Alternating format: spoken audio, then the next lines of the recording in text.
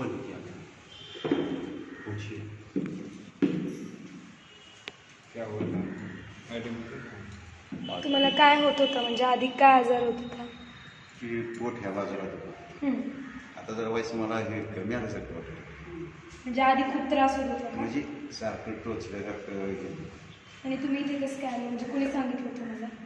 ही नाव आहे इथं आम्हाला सांगितलं की महाराज आहे. म्हणजे त्यांना फरक पडला म्हणून त्यांनी तुम्हाला सांगितलं हां की मला तिथे जाऊन बघा म्हणून. हां. मग आता तुम्हाला त्यांनी थेरपी दिल्यावर कसं होतं? आता जरा वयस शांत झालं. लगेचच फरक पडला? वाटते जरा थोडासा तरी फरक लगेच वाटतो. वाटते. म्हणजे हे खाली वडल्यामुळे हे सगळं खाली आल्यासारखं वाटायला हल्का वाटता त्यांना, आणि उनको ऐसे लग रहा है कि जो मेरा दर्द है वो सब नीचे की तरफ से बाहर निकल रहा है।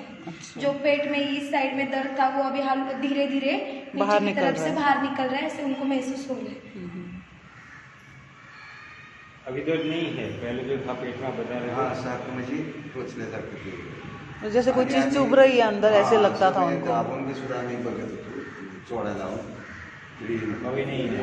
आता जर वेळेस त्याने हात फिरवला ते खाली वाटल्यासारखं ते सगळं झालं.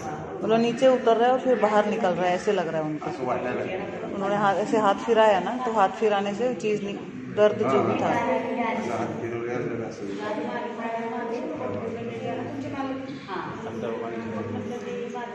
बोले